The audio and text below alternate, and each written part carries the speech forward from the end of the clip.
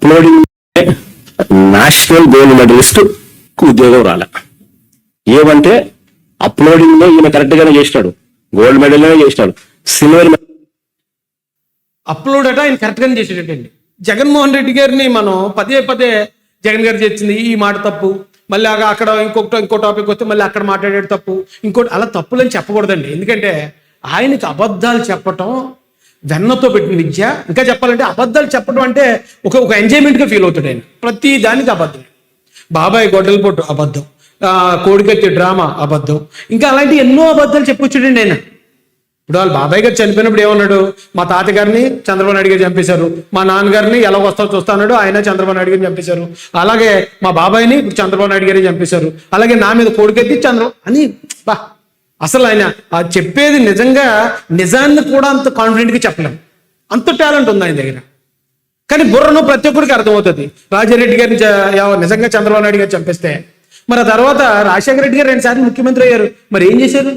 ఎవరిని బయటకు తీసుకొచ్చారు, ఎవరిని అరెస్ట్ చేశారు? అలాగే జగన్మోహన్ రెడ్డి గారు ఒకసారి ముఖ్యమంత్రి చేశారు, ఎందుకు ఎవరిని అరెస్ట్ చేయలేదు? ఎందుకు చంద్రబాబు నాయుడు గారిని అరెస్ట్ చేయలేదు? అలాగే ఒకవేళ రాజశేఖర రెడ్డి గారి హత్యలో చంద్రబాబు నాయుడు గారి పాత్ర ఉంటే మరి ఈయన ముఖ్యమంత్రి చేసినప్పుడు ఏమైపోయాడు? ఏమండి ఒకసారి ఆలోచించండి. ఈయన నిజంగా కోడికత్తితో చంద్రబాబు నాయుడు గారు చంపించాలని చూశారు అన్నాడు, వాళ్ళ బాబాయిని నారాసుర రక్త చరిత్ర అన్నాడు, 5 సంవత్సరాలు ముఖ్యమంత్రి చేశాడు, మరి ఏమి హీకడు అని జనం అడుగుతారు కదండి. ఇప్పుడు ఆయన అబద్ధాలు చెప్పినోడికి ఈ అబద్ధం ఇంకొక అబద్ధం పెద్ద విషయం కాదు. ఏంటంటే అతను సర్టిఫికేట్లు బాగానే అప్లోడ్ చేసేటట. ఇంకో డైలాగ్ వేస్తాడండి, ఎవడన్నా గోల్డ్ మెడల్ సంపాదిస్తే గోల్డ్ మెడల్ అని అప్లోడ్ చేయడా? అది నాకు అర్థం కాలే నిజంగా. ఇప్పుడు జనరల్గా ఒక ఉద్యోగానికి మనం అప్లై చేసామండి, నా దగ్గర సిల్వర్ మెడలే ఉంది, అవకాశం ఉంటే గోల్డ్ మెడల్ అని అబద్ధం చెప్తాను. నాలాంటి అంటే నేనని కాదు, ఎవరన్నా పెట్టేటప్పుడు అతని దగ్గర ఉన్నదానికన్నా ఎక్కువ ఉందని అబద్ధం చెప్తాడు. చెప్తే కానీ గోల్డ్ మెడలిస్ట్ ఎందుకని నాకు గోల్డ్ మెడల్ ఉందని చెప్పలేదు అక్కడ, ఎందుకని సిల్వర్ మెడల్ అన్నాడు, ఎందుకని దాని గురించి సరిగా మాట్లాడలేదు. నాకు ఎంత ఆలోచించినా అర్థం కాలేదు. కానీ నాకు నా బుర్రకు ఒకటి తట్టిందండి, ఒక కారణం ఉండుండొచ్చు. ఏంటి ఆ కారణం చెప్తాను మీకు.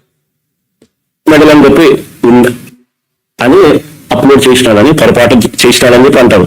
గోల్డ్ మెడల్ వచ్చిన సిల్వర్ మెడల్ ఎందుకు రాస్తాడు ఆయన? గోల్డ్ మెడల్ వచ్చినప్పుడు సిల్వర్ మెడల్ అని ఎందుకంటాడు ఆయన? ఈయన మళ్ళీ ఈయన ఒక జోక్ వేస్తాడు. ఆ జోక్కి ఎప్పుడు నవ్వాలో కూడా స్క్రిప్ట్ ఉంది అక్కడ జనాలకి, వాళ్ళందరూ నవ్వుతారు, ఆ నవ్వు కూడా రికార్డ్ అవుతుంది. అంటే జగన్మోహన్ రెడ్డి గారు ఎంత కామెడీ చేస్తున్నారు, ఎంత సింపుల్గా మాట్లాడుతున్నారండి. ప్రజలకి ఒక రకమైన మైకం గమనించడం అన్నమాట అండి. నిజమే, ఇతను గోల్డ్ మెడల్ వచ్చింది. ఏమయ్యా ఏం పేరు నీ పేరు? ఏం పేరు తెలిసింది అతని పేరు? గోల్డ్ మెడల్ వస్తే నువ్వు ఎందుకని దాన్ని అప్లోడ్ చేయలేదే?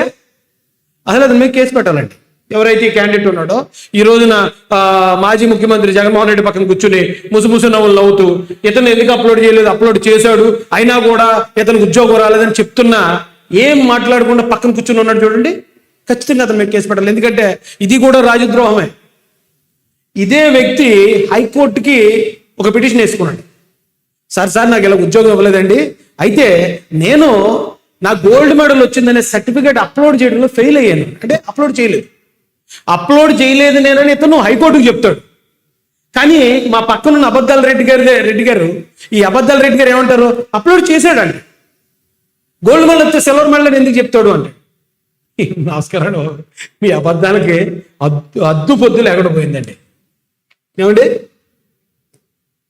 ఈయన ఒక ఐఏఎస్ ఆఫీసర్ అంటే 24th Senior National Archery Championship from 6th to 10th February held at Jharkhand అని అది అప్లోడ్ చేశారు. తర్వాత ఆయనకు ఉద్యోగం రాలేదు, ఎందుకు రాలేదు చెప్తాము. తర్వాత ఆయన హైకోర్టు కి వేశారు 23rd September. అక్కడ ఒక పాయింట్ చూడండి, పాయింట్ నంబర్ 8. ఆయన ఏం రాస్తున్నారు, I have uploaded the certificate issued by the gold medallist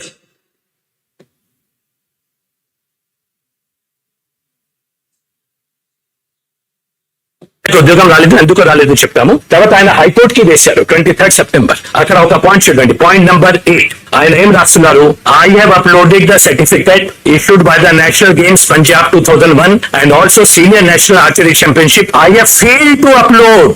I have failed, ఇది మాకు చెప్పింది కాదు, ఆనరబుల్ హైకోర్టు కి చెప్పింది. I have failed to upload the 32nd.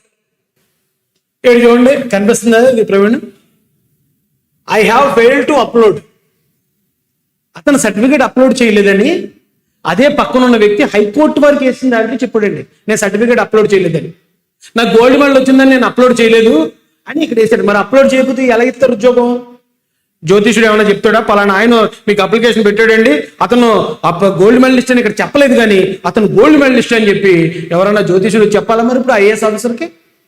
లేకపోతే దేవుడు ఏమైనా కళ్ళకు వచ్చి అయ్యి బాబోయ్ పలానా సూపర్ తోపు తురుంకొని వచ్చాడండి, అతను మీకు జాబ్కి అప్లై చేశాడు, కానీ అతను గోల్డ్ మెడలిస్ట్, ఆ విషయం మీతో చెప్పకుండా దాస్తున్నాడు, మిమ్మల్ని చెక్ చేస్తున్నాడు, అతనికి అర్జెంట్గా ఉద్యోగం ఇవ్వడం దేవుడు చెప్తాడా? ఎందుకు గోల్డ్ మెడల్ వస్తే గోల్డ్ మెడల్ అని ఎందుకు అప్లోడ్ చేయలేదా నువ్వు? ఎందుకు అప్లోడ్ చేయలేదు? నేను అనుకుంటున్నానండి, ఆ గతంలో సూపర్ అని ఒక సినిమా వచ్చిందండి. ఆ సినిమాలో బ్రహ్మానందం గారు ఏమో పోలీస్ ఆఫీసర్, అలీ గారిని తీసుకొస్తారు కేసు విషయంలో. అక్కడ లైట్ డిటెక్టర్ టెస్ట్ జరుగుతూ ఉంటుంది. ఇక్కడ నువ్వు ఏం చెప్పినా నిజం చెప్తే నిజం అంటది మిషన్, అబద్ధం అంటే అబద్ధం అంటది అంటాడు. అన్నాక సరే ఇంతకీ నా ఫస్ట్ ప్రశ్న, నువ్వు ఆడా మగా అంటాడు బ్రహ్మానందం గారు. అప్పుడు అలీ గారు మిషన్ దగ్గర ఎలా నోరు పెట్టి ఆడ అంటాడు. ఓయ్ ఓయ్ అని అరిచేస్తుందండి. అరిచేస్తే వెంటనే బ్రహ్మానందం గారు నువ్వు మగోడు కదా ఆడదని ఎందుకు చెప్పు అంటే మిషన్లో టెస్ట్ చేశాను అంటాడు. పాట్నం కొడతాడండి గో వాజ్పేయి అని. మిషన్ మనల్ని టెస్ట్ చేయాలి, మనం మిషన్లు టెస్ట్ చేయకూడదు అంటాడు. అలాగా ఇక్కడ ఎవరైతే క్యాండిడేట్ గోల్డ్ మెడలిస్ట్ ఉన్నాడో గవర్నమెంట్ని టెస్ట్ చేశాడు. నేను గోల్డ్ మెడల్ అని చెప్పను గవర్నమెంట్కి, గవర్నమెంట్ కనిపెడుతుందా లేదని చూశాడు. ఎవడ బొక్క అయ్యాడు, ఎవడ సంకనకపోయాడు. నువ్వు అప్లోడ్ చేయలేదు, నేను నా గోల్డ్ మెడల్ సర్టిఫికేట్ అప్లోడ్ చేయలేదని హైకోర్టుకి చెప్పిన నువ్వు, నీ పక్కనున్న అబద్ధాల రెడ్డి గారు లేదు అప్లోడ్ చేశాడు, గోల్డ్ అంటే గోల్డ్ అని అప్లోడ్ చేశాడు, సిల్వర్ అని ఎందుకు పెడతాడని నోటుకొచ్చిన అబద్ధం వల్ల అతని నేచర్ అంటే అతనికి అలవాటు ప్రకారం చెప్పేస్తుంటే నోట్లో ఏం పెట్టుకున్నావా నువ్వు? ఏం పెట్టుకున్నావు? ఇంతకీ ఈ టాపిక్ని డైవర్ట్ చేస్తారు చాలా విజయవంతంగా. ఇప్పుడు ఏమంటాడండి, ఇక్కడ ఏదో ఫోన్ నెంబర్ ఉంది, ఇక్కడ ఆంధ్రప్రదేశ్ లోగో ఉందటండి. ఈ ఫోన్ అవతలిని మాట్లాడుతున్నాడు ఎవడు ఇప్పుడు దాకా తెలియదండి. జగన్మోహన్ రెడ్డి గారు కూడా చెప్పలేదు, ఎందుకంటే జగన్ గారు ఆల్రెడీ ఒకసారి ముఖ్యమంత్రి చేశారు కదా. ఆయన తలుచుకుంటే ఈ ఫోన్ నెంబర్ ఎవరిది, ఆడు ఏ ఎంప్లాయ్ ఎక్కడ ఎంప్లాయ్ అనేది 10 నిమిషాల్లో తెలుసుకోవచ్చు. ఆయన తెలుసుకోలేదు, ఎందుకంటే ఆడెవడో గాలి, ఆడెవడో ఎవరికి తెలియదు. కానీ ఇక్కడ అటండి ఆంధ్రప్రదేశ్ లోగో ఉందటండి. ఆ లోగో పెట్టుకుంటే నేను నా వాట్సాప్లో పెట్టుకుంటే నాకు ఉంటుంది, మీరు పెట్టుకుంటే మీకు ఉంటుంది. అంటే ఆంధ్రప్రదేశ్ లోగో పెట్టుకుని మన ఇద్దరం డ్రామా ఆడేసి ఫోన్ కాల్ రికార్డ్ చేస్తే అది డిఎస్సిలో అక్రమాలు జరిపినట్టు అది ఎవిడెన్స్ అండి. అదే అండి ఎవిడెన్స్. ఎంతో ప్రతిష్టాత్మకంగా ఇక్కడ లోకేష్ గారు విద్యాశాఖ చేపట్టిన వెంటనే వచ్చి రావడంతో 16,000 మందికి ప్రభుత్వ ఉద్యోగాలు, అది టీచర్ ఉద్యోగాలు ఇచ్చి 16,000 కుటుంబాలని తరతరాలకి కూడా, ఎందుకంటే వాళ్ళ పిల్లలు చదువుకుంటారు, పిల్లలు తరతరాలకి కూడా ఇది వచ్చిన వెంటనే అంత పెద్ద అచీవ్మెంట్ని, అంత అద్భుతం సృష్టించిన లోకేష్ గారిని తప్పు పట్టాలంటే ఈ ఆడియో కాల్ ఇదే సాక్ష్యం. ఇది నిజంగా సాక్ష్యం అయితే వాడికి కేసు పెట్టి ఉండేవారు కదా. ఎవరికి ఉంటాయి సార్ తెలియదు అట్లా. నేనైతే మాత్రం నిజంగా ఫిదా అయిపోయానండి జగన్మోహన్ రెడ్డి గారికి.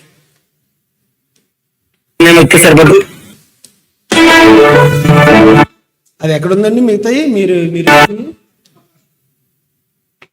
ఏమండి ఇంకొక కామెడీ చేస్తారు చూడండి ఆయన. ఇంకా ఆశ్చర్యం ఏమిటి అంటే